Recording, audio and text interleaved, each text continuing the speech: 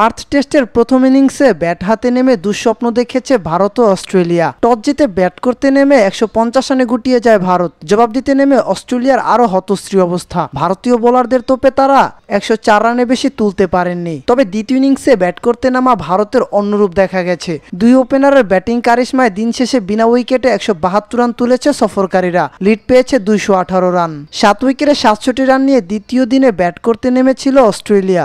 শেষ দিকে মিচেল স্টার্কের দলীয় সর্বোচ্চ 26 রানের ইনিংসের জোরে কোনো মতে 100 ছাড়াতে সক্ষম হয় স্বাগতিকরা। মাত্র 30 রান খরচায় অজিদের 5 ব্যাটারকে সাজঘরের পথ চেনান ভারতীয় অধিনায়ক জাসপ্রীত বুমরা। 3 উইকেট গেছে হর্ষিত রানার ঝুলিতে, আর মোহাম্মদ সিরাজ পেয়েছে 2 উইকেট। বোলিং নৈপুণ্যে 46 রানের লিড নিয়ে দ্বিতীয় ইনিংসে ব্যাট করতে নামে ভারত। এবার আর প্রথম ইনিংসের মতো ভুল করেননি ভারতীয় ওপেনাররা। প্রথম ইনিংসে যশস্বী জয়সওয়াল 0 এবং কেএল রাহুল করেন 26 রান। দ্বিতীয় ইনিংসে তারা দায়িত্ব নিয়ে খেলেছেন। টেস্ট মেজাজে এগিয়ে নিয়েছেন দলের ইনিংস।